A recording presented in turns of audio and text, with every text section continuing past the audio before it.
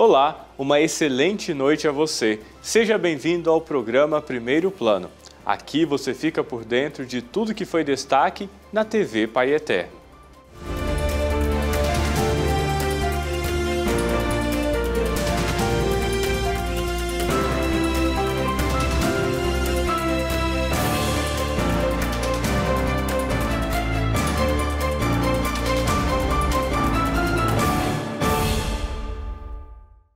O tempo da Quaresma ocorre até quinta-feira da Semana Santa, dia em que se celebra a última ceia de Jesus Cristo com seus apóstolos.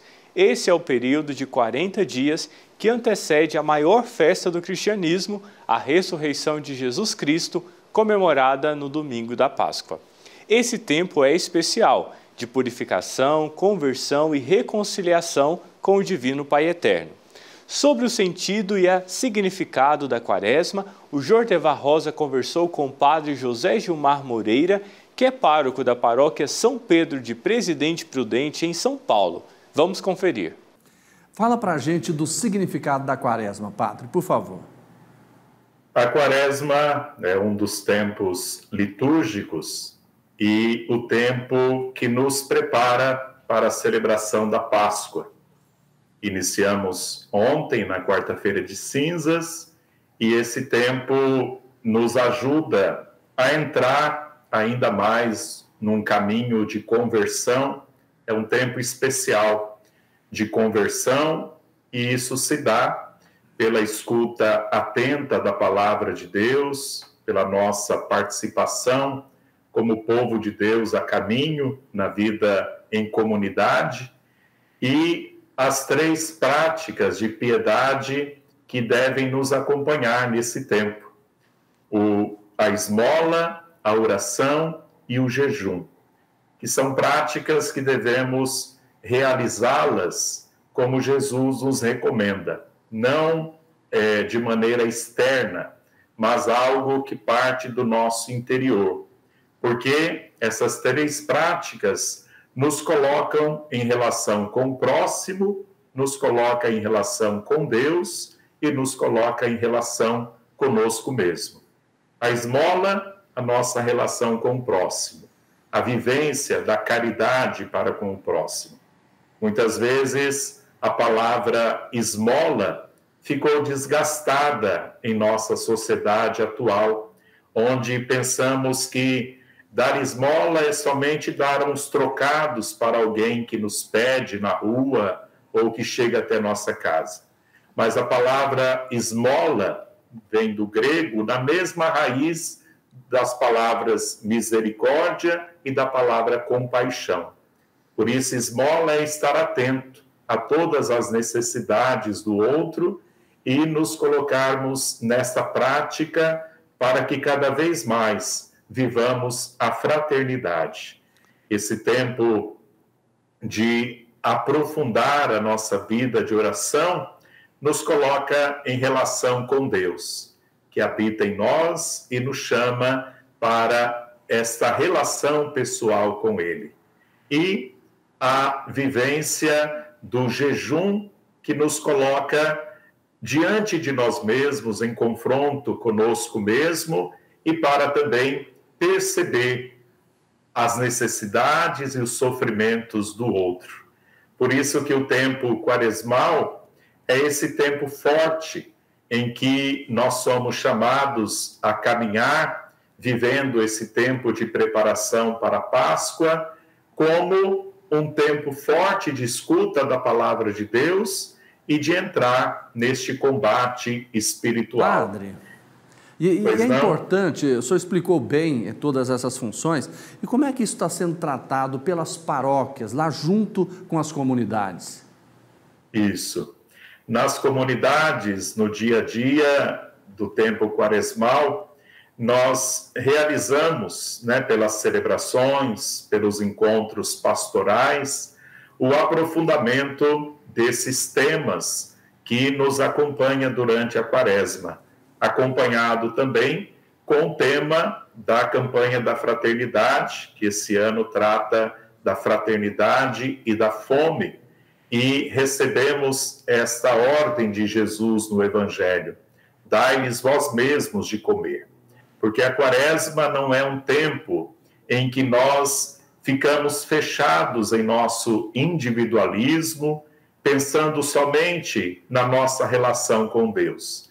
Mas também somos chamados a olhar para aquilo que está presente na vida das pessoas, o flagelo da fome que está presente na vida de tantas pessoas e que este ano, durante a quaresma e ao longo de todo o ano, somos chamados a dar uma resposta de fé, de solidariedade e fraternidade junto aos nossos irmãos e irmãs. A obra da nova Casa do Pai em Trindade sediou uma celebração da Santa Missa pelas etapas concluídas da edificação, com o tema Pai, recebei a homenagem da nossa fé, fortalecei a nossa esperança e renovai o nosso amor. A celebração foi presidida pelo padre Marco Aurélio Martins, missionário redentorista, reitor do Santuário Basílica do Divino Pai Eterno. A nossa equipe esteve por lá, é o que nós vamos conferir agora. Glória a vós, Senhor.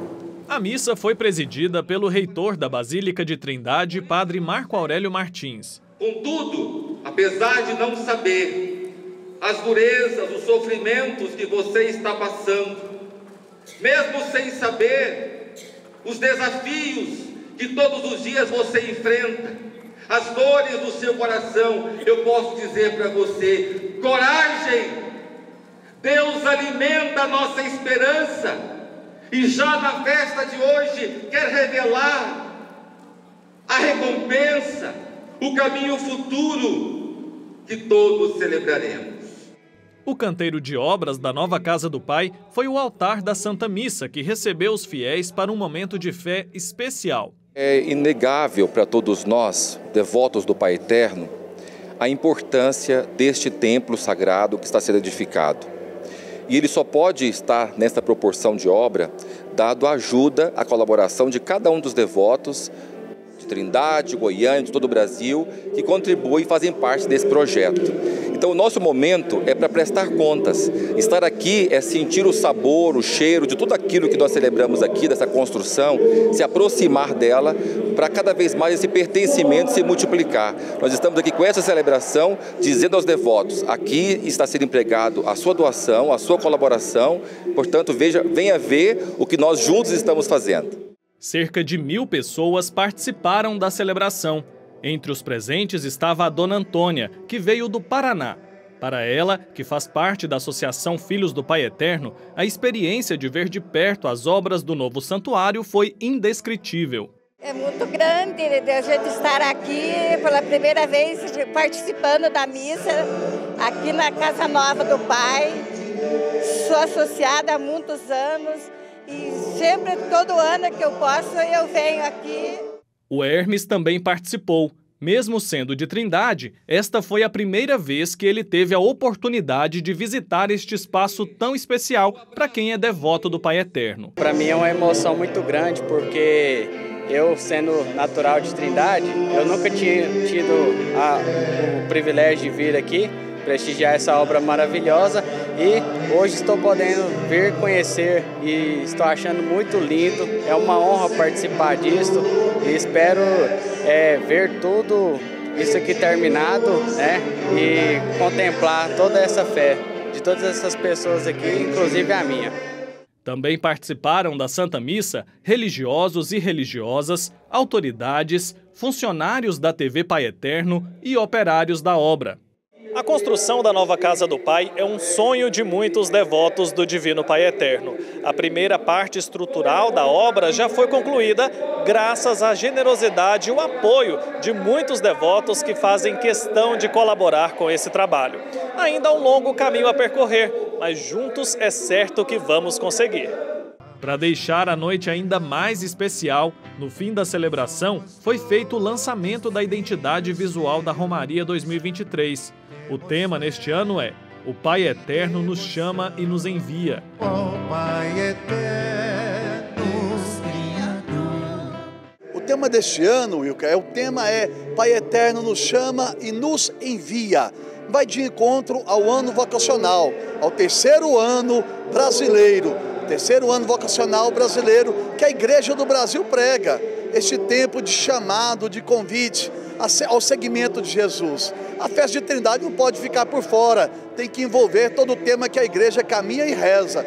Por isso, neste ano, a Romaria de 2023 vai chamar você ao seguimento do Cristo, ao seguimento do Filho do Pai Eterno, ao seguimento do amor do Pai.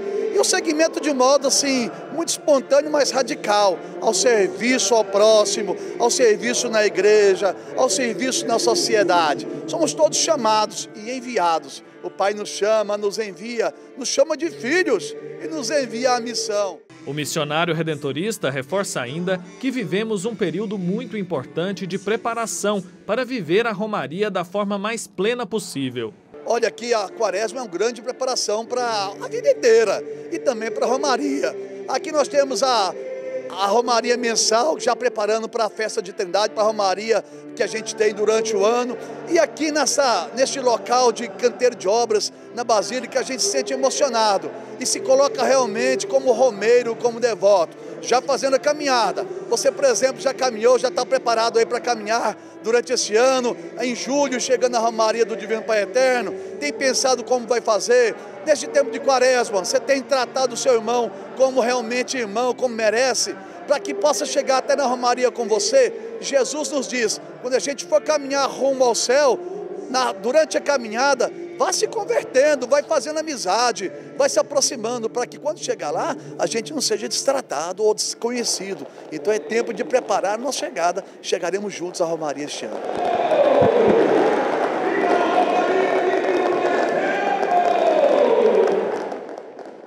Mobilizadas e animadas pela Comissão Episcopal para a ação sócio-transformadora da CNBB, as pastorais que compõem o setor de mobilidade humana realizam o 9º Encontro Nacional.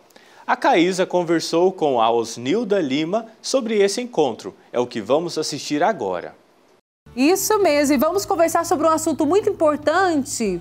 E eu já quero que você comece, Osnilda, me contando desse encontro nacional, o 9º Encontro Nacional, falando do tema e do lema deste ano. Isso, então nós estamos no 9º encontro do setor de mobilidade humana da CNBB e o tema deste encontro é sinodalidade, caminhar juntos, e o lema para que todos sejam um, que é do Evangelho de São João 17, versículo 21.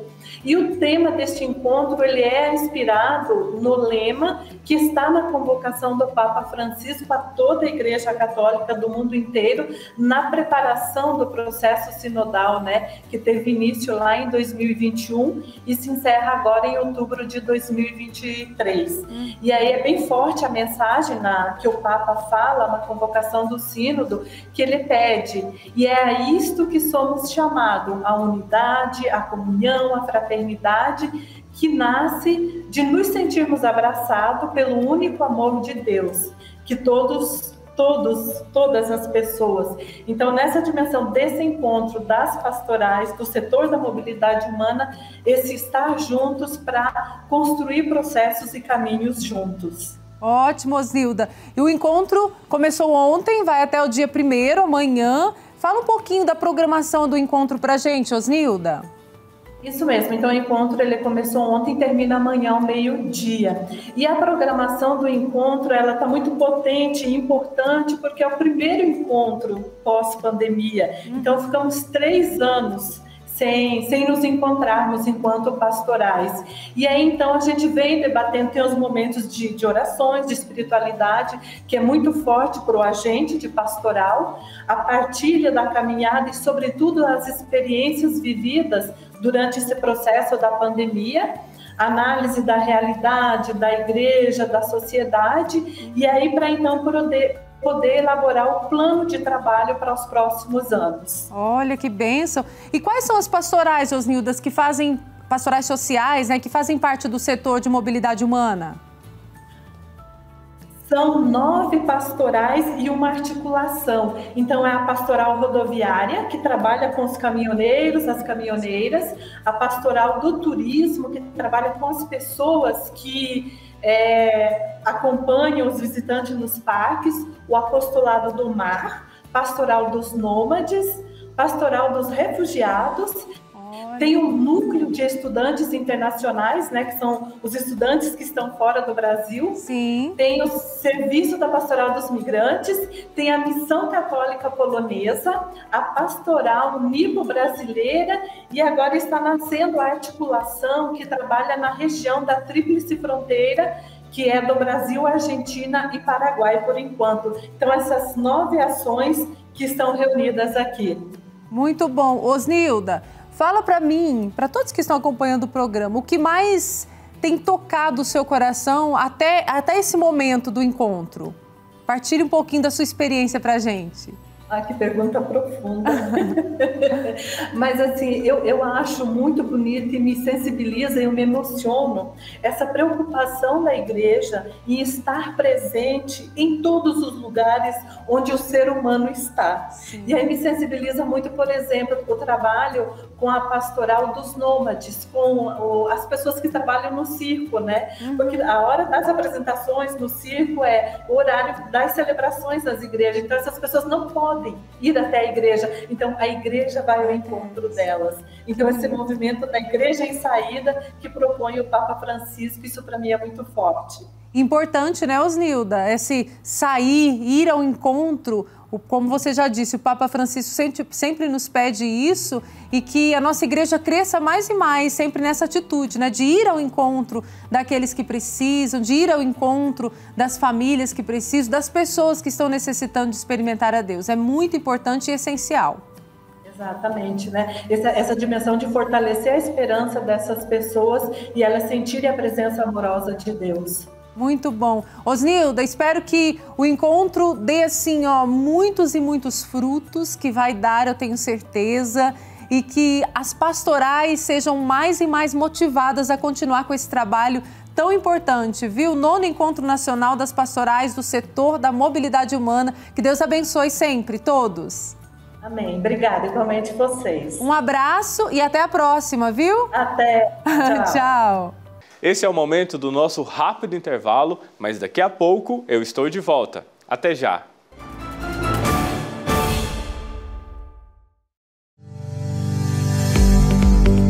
A nova casa do Pai é uma obra grandiosa e só é possível com a ajuda de cada devoto evangelizador.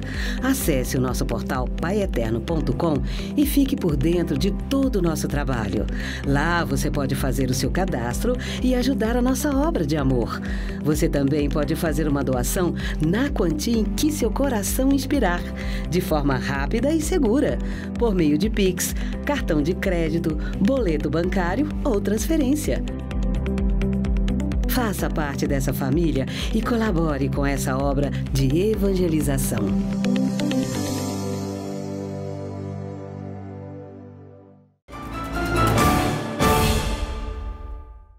Estamos de volta com o programa Primeiro Plano dessa semana. A clonagem de cartão tem se tornado cada vez mais recorrente e é um dos principais medos das pessoas que utilizam esse meio de pagamento. A repórter Lohane Castro preparou uma reportagem especial sobre este tema e como identificar se o seu cartão foi clonado e as medidas necessárias para essa prevenção. Vamos assistir. O número de pessoas que tiveram cartão clonado em 2022 aumentou cerca de 64%, de acordo com o levantamento da Federação Brasileira de Bancos. Em dezembro do ano anterior, o índice estava em 48%. A clonagem do cartão pode ocorrer de duas formas. Tem aquela forma antiga que a gente pensa dos cartões físicos mesmo, né? Que tem alteração ali nas maquininhas ou em algum caixa eletrônico que você passe e tem o cartão clonado, mas hoje em dia a gente tem que tomar muito mais cuidado com o tipo de clonagem, né, que vem digitalmente. Porque na clonagem digital você não precisa necessariamente ter o cartão físico, né? Basta ter as informações ali do cartão que você consegue fazer compras em nome de outra pessoa. Essas informações são compartilhadas na internet no momento de uma compra online, no clique de um link malicioso ou em um cadastro em um site fraudulento. E às vezes, a própria vítima passa os dados para o criminoso pelo WhatsApp, achando que é um vendedor ou representante de um banco. Para descobrir se o cartão foi clonado, é preciso ficar atento à fatura. Na maioria das vezes, as compras são parceladas e os valores pequenos. Aí você paga e nem percebe que a compra não foi realizada por você. E para prevenir, além da fatura, também tem que ficar de olho quando a compra é feita com o cartão físico.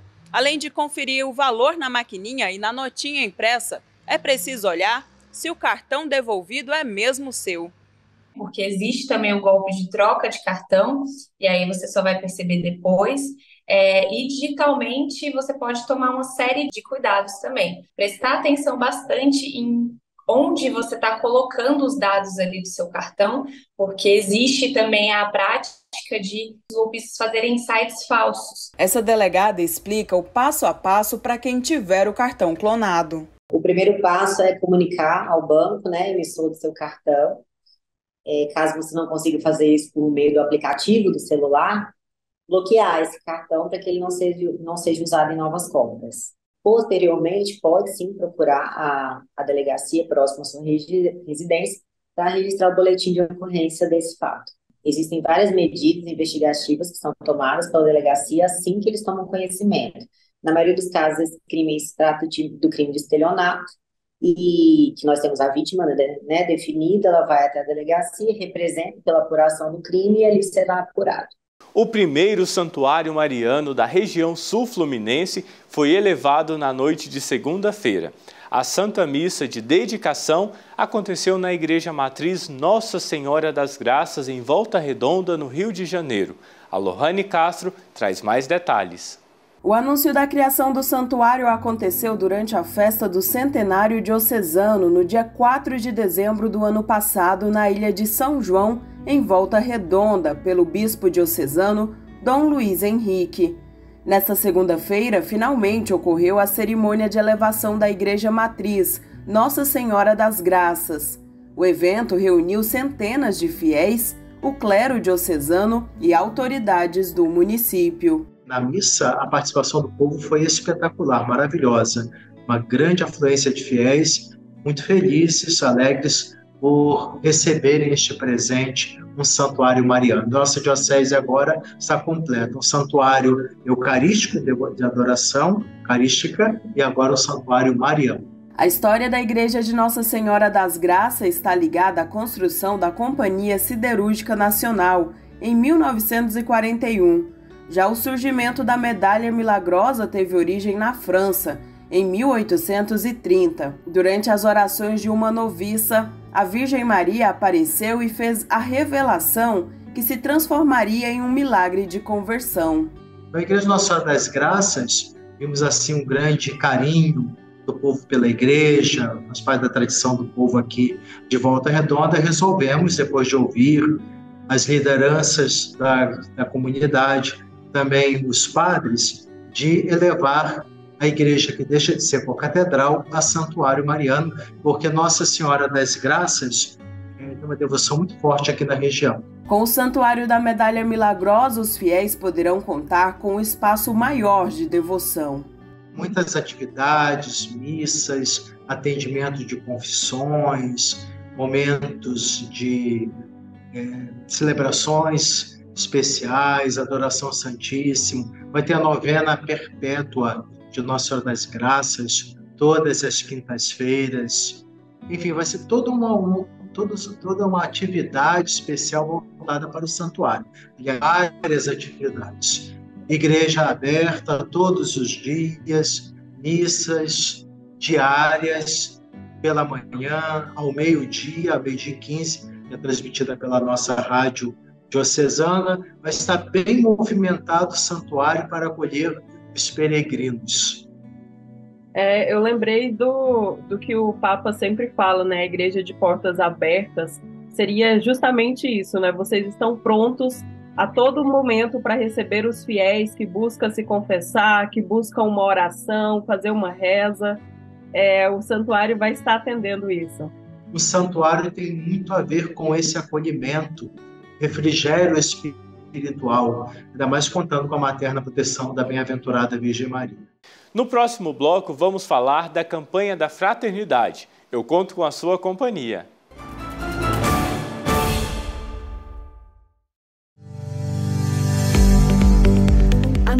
Casa do Pai é uma obra grandiosa e só é possível com a ajuda de cada devoto e evangelizador.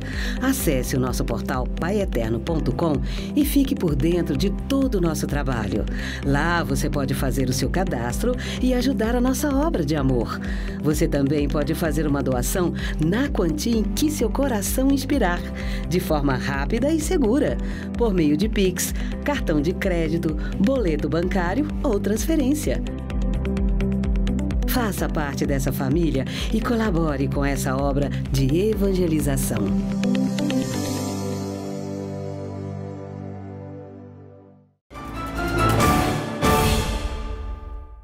Voltamos agora com o programa Primeiro Plano dessa semana aqui na TV Pai Eterno. Muitas pessoas estão em busca de amadurecer na fé, ter mais intimidade com Deus e construir uma vida de santidade. E é nessa procura que precisam de ajuda para entender os desígnios do Pai e discernir a sua vocação. Por isso existe a direção espiritual. Você já ouviu falar? Para entendermos a importância de uma direção espiritual, a Caísa conversou com o padre Antônio Donizete do Nascimento. É o que nós vamos assistir agora. E nós já vamos começar, padre, explicando para todos que acompanham o programa o que vem a ser uma direção espiritual. Bom, duas palavras, né? Direção na dimensão do espírito. Não é direção na direção geográfica de uma estrada, de uma meta, mas com a dimensão, o aspecto espiritual. No corpo da gente, se falha alguma coisa, se é o intestino, a gente vai ao médico, ao nutricionista para uma direção para essa área. Se é o coração, o mesmo modo, não é? E para a vida espiritual também tem quem nos ajuda a dar passos na compreensão, no discernimento de como viver a vida espiritual. Então nós podemos dizer que todas as pessoas que estão nessa busca aí de Deus, de ter uma caminhada de fé, é necessário ter uma direção espiritual? Não tem como fazer um caminho se não tiver um modo de organizar-se a partir dessa direção espiritual. Ela pode ser a homilia do domingo, ela pode ser a meditação que a pessoa pega todo dia de um padre ou de um bom estudioso nessa área na internet e que todos os dias dá alguma pista de como aplicar a palavra de Deus na vida concretamente.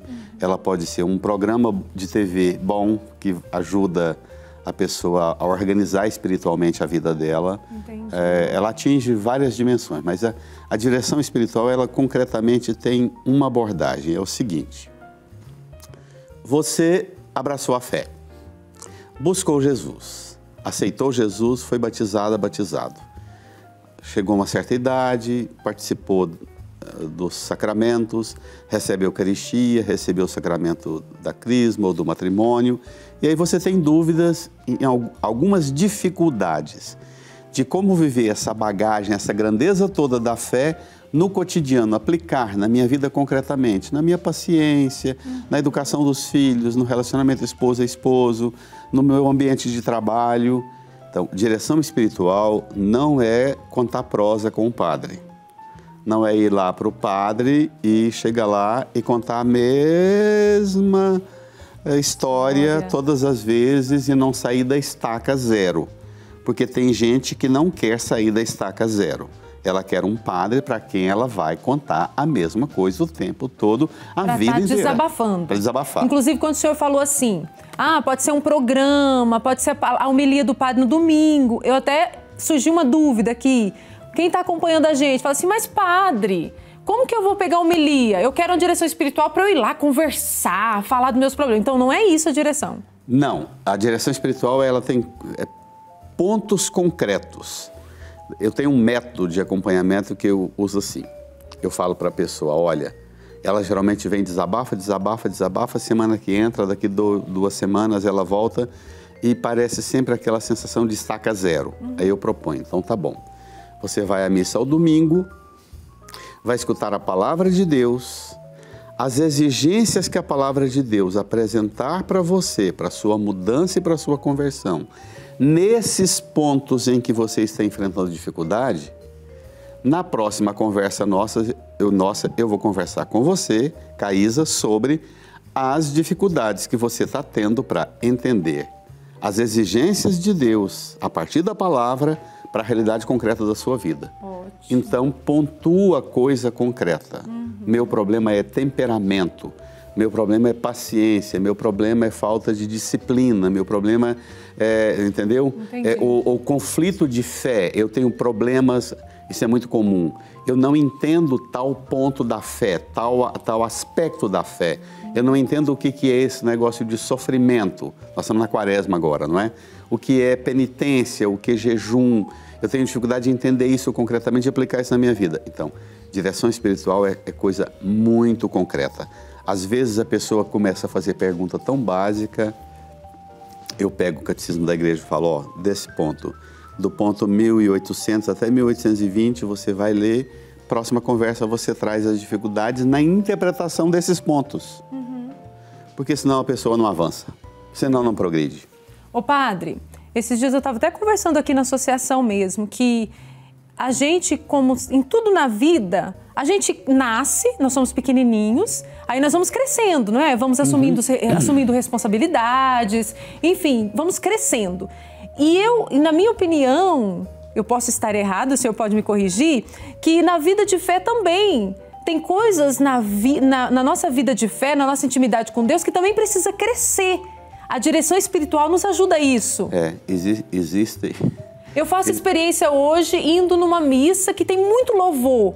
Mas daqui a um tempo, aquela missa ou aquele momento de muito louvor já não serve mais para mim, porque eu preciso de uma coisa mais íntima com Deus. O senhor está me entendendo? A abordagem é a mesma linguagem do nutricionista, da nutricionista que eu falei.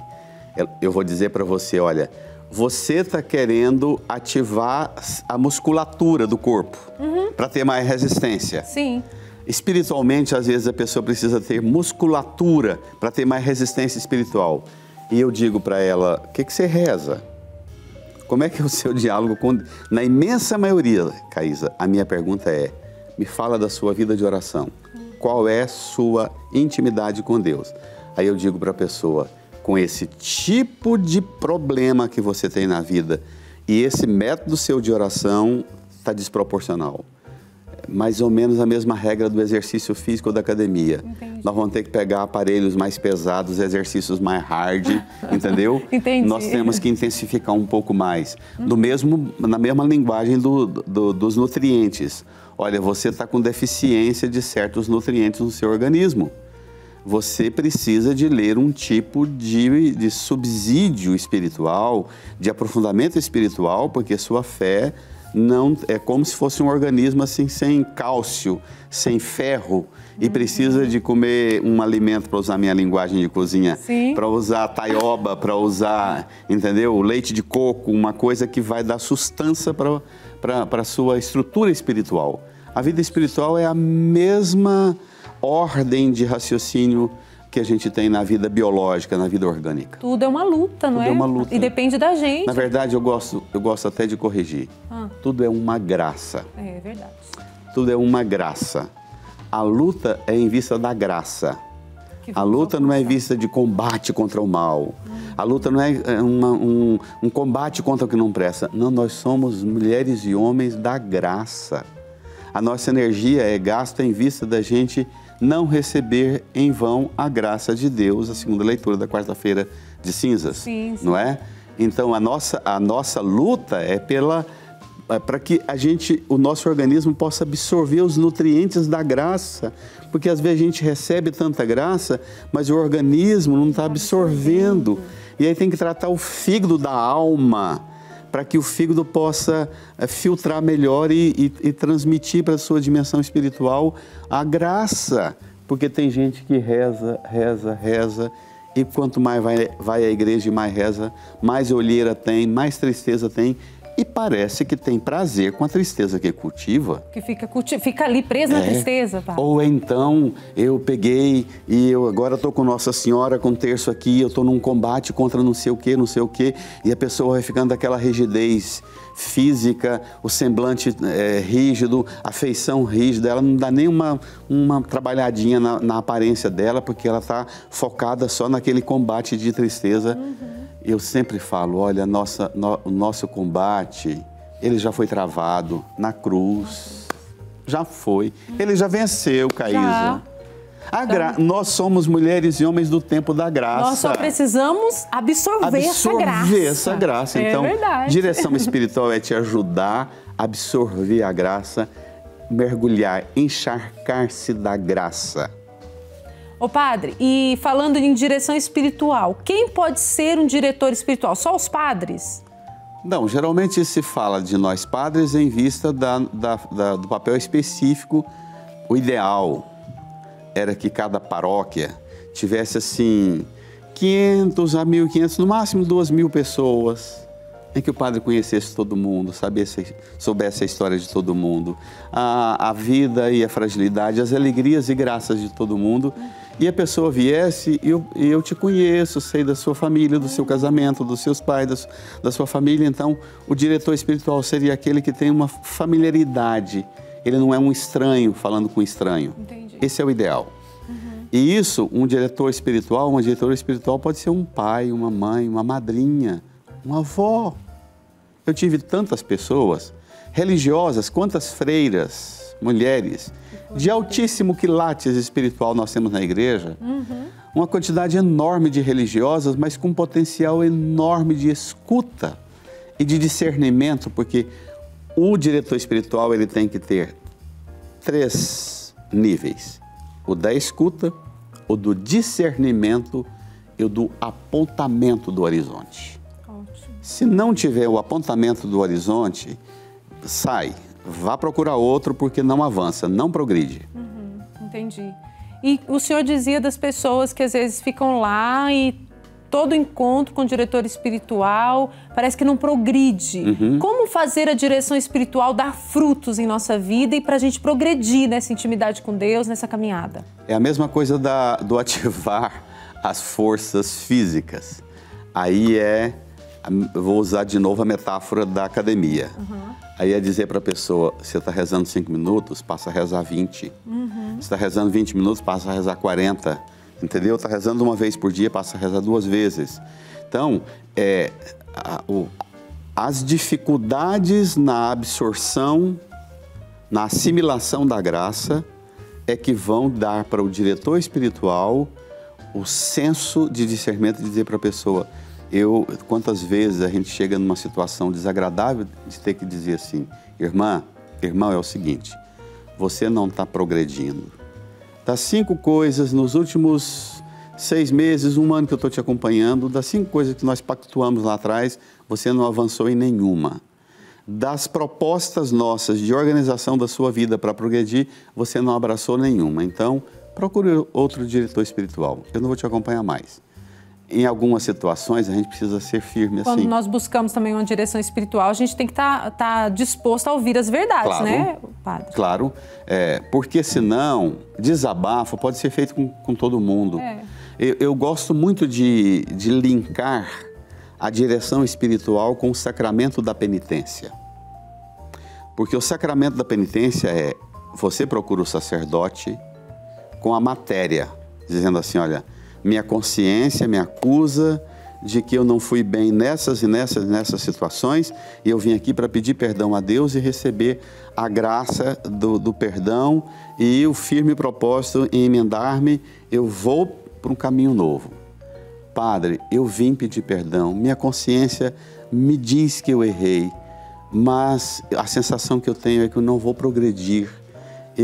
São pecados recorrentes, são vícios recorrentes em que eu não avanço, não consigo progredir. Aí o padre vai dizer, eu te acompanho, mas se você se submeter a uma disciplina, se não tiver a disciplina, Caísa, sem chance. Não caminha, né? Não caminha. Tá certo.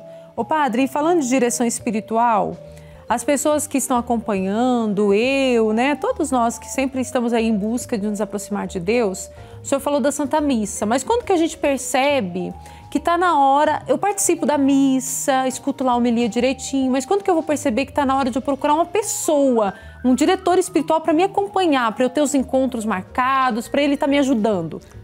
A gente usa muito aquela outra metáfora boa, da esponja.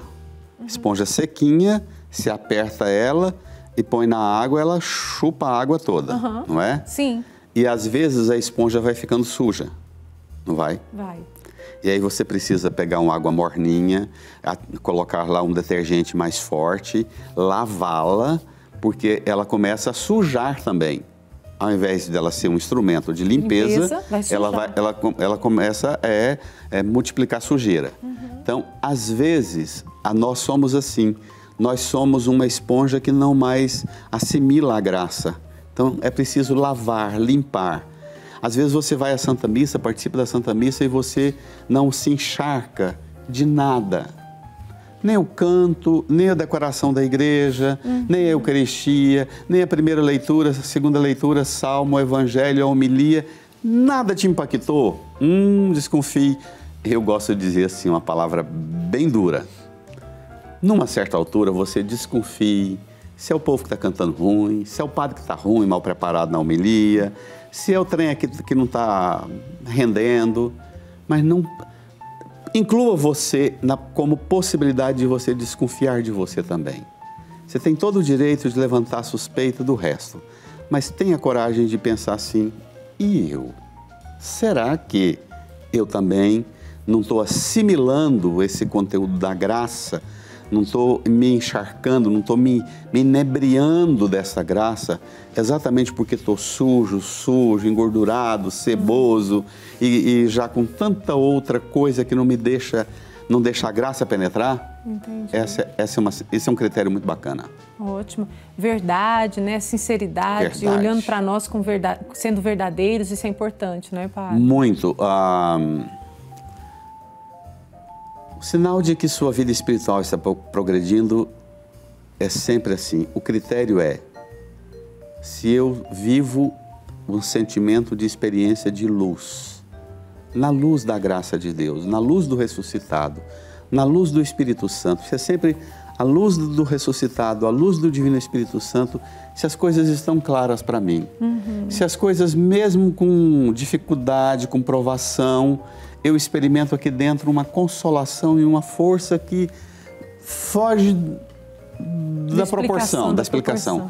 Ou se às vezes está assim um marasmo, não tem nada muito impactante, mas eu vivo assim, uma fase na vida, o arrozinho com feijão, mas eu sento para comer e o arrozinho com feijão é tão saboroso aquilo. É sinal de que não está te faltando grandes impactos na vida. Que está bem, porque o que conta é a qualidade com que você está vivendo agora.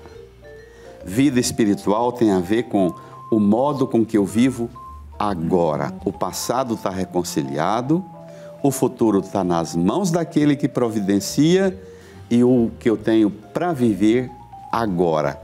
Vida espiritual tem a ver com agora. Como você se alimenta? Sabe que come muitos alimentos pobres em nutrientes? Ou você é daquelas pessoas que sempre buscam uma alimentação saudável? Mas afinal, o que é uma má alimentação na prática? Segundo o estudo, uma má alimentação é uma dieta desequilibrada, carente em ingestão de frutas, verduras, legumes, cereais e grãos, além de ter o consumo excessivo de chamadas gorduras ruins, sódio e açúcar. O Alain Ribeiro preparou uma reportagem especial sobre esse assunto e é o que nós vamos conferir agora. O nosso corpo nos dá pistas de quando algo não vai bem. E a alimentação pode ser a resposta para muitos problemas. Uma má alimentação, que a gente chama hoje em dia de alimentação estilo fast food, que é a alimentação estilo comida rápida, é aqueles alimentos que nós chamamos também de industrializados. Aqueles alimentos que são feitos principalmente na indústria, e na indústria eles acrescentam uma maior quantidade de açúcar, de gordura, de sal, de conservantes artificiais, claro, para melhorar o sabor e para melhorar o tempo de prateleira, mas, em contrapartida, trazem muitos problemas para a saúde se caso forem consumidos de forma rotineira ou de forma excessiva. E consumir esses vilões pode levar a graves problemas de saúde. pode vir principalmente a aumentar o acúmulo de gordura abdominal, que é o que a gente tem mais visto hoje em dia, e resistência à insulina, e isso influenciar na nossa rotina. Por quê? Tudo isso desencadeia a falta de energia, um cansaço muito grande, que eu tenho recebido muito essa reclamação, principalmente essa das minhas pacientes no meu consultório. Então, a falta de disposição, unhas fracas, cabelos quebradiços pelas faltas de vitaminas e minerais que a gente encontra nos alimentos mais saudáveis, muito inchaço pelo excesso de sódio, principalmente nas pernas e no abdômen, além de diversos outros problemas, doenças crônicas não transmissíveis, como diabetes, hipertensão, e juntando tudo isso, temos as doenças metabólicas, que é a hipertensão, a diabetes, a dislipidemia e esse excesso de gordura no abdômen, que futuramente traz diversos outros problemas, como, por exemplo, a diabetes traz a perda de visão, amputação, a dificuldade para sarar as feridas. O consumo saudável de alimentos vindos da natureza ajudam a construir uma dieta mais balanceada. E o grande erro de quem busca mudar os hábitos é justamente fazer uma mudança brusca. Quem já está acostumado com alimentos industrializados vai sofrer mais pela falta desses produtos e muitas vezes nem consegue seguir adiante com a mudança. Nós precisamos entender que precisa ser aos poucos. O que mais dificulta as pessoas a ter essa mudança é acharem que a dieta precisa ser 100% perfeita. Aquelas pessoas que são perfeccionistas. Porque eu não tenho tudo que eu preciso dentro da minha casa, então eu não vou nem começar. Vou dar o exemplo do pão 100% integral, que é o relato que eu mais recebo no meu consultório, porque eu ainda não tenho pão 100% integral, não tenho as sementes, não tenho as farinhas, enfim. E aí eu não posso começar, né? Porque eu preciso disso. Não, você não precisa disso. Você só precisa começar, dar o primeiro passo. Porque as coisas só melhoram depois que a gente dá o nosso primeiro passo. E as pessoas precisam entender também que a alimentação saudável não é caro. Muitas pessoas nem começam por achar que é caro. Por quê? Porque na cabeça delas, a alimentação saudável é você comprar aqueles alimentos que ficam naquela parte lá considerados saudáveis. Alimentos fit, alimentos diet, alimentos light, alimentos com isso, alimentos sem aquilo, enfim, esses alimentos que realmente são mais caros e às vezes não são tão saudáveis como a gente imagina, porque também são feitos na indústria. E o bom exemplo deve ser dado também aos pequenos. Por isso, é primordial ensiná-los sobre a importância de consumir alimentos saudáveis. Tem que ser aos poucos, não tem como dar um susto na criança, porque a gente sabe que na escola, principalmente, todo mundo leva esses tipos de alimentos industrializados, então não é tão fácil. As crianças olham para o alimento que está na mesa da criancinha ao lado, né, frente à criancinha ao lado, e às vezes deixa de consumir a dela para consumir a do outro. Então precisa ter aí uma troca de informação, explicar para essa criança também a importância de substituir esses alimentos, porque às vezes a gente não fala isso com as crianças, então elas só levam esses alimentos aí diferente dos outros e não entende o porquê ela deve estar consumindo aqueles alimentos, porque crianças são inteligentes sim, então quando a gente fala e explica, elas entendem sim.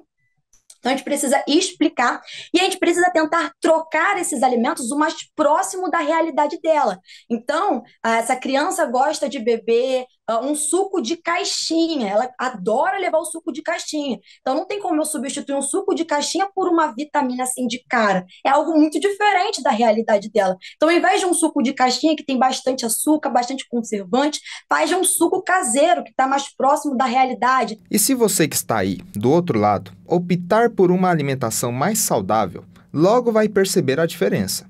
Hábitos simples vão te ajudar a melhorar sua saúde. Acrescentar 5 porções no dia entre frutas, verduras e legumes, acrescentar mais água, deixar o prato mais colorido, praticar uma atividade física, evitar excessos de bebida alcoólica, evitar excessos de refrigerantes, de alimentos industrializados, como a gente já disse. Só que a gente sabe que não adianta só falar. Muitas vezes as pessoas já sabem que precisam fazer isso, mas muitas vezes não sabem, não fazem, não mudam esses hábitos porque não sabem por onde começar.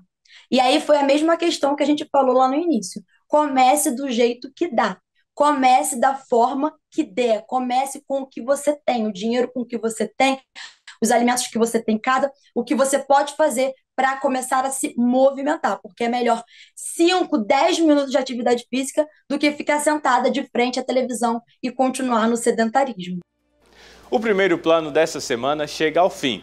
Eu me despeço de você e te desejo um ótimo final de semana. Até breve!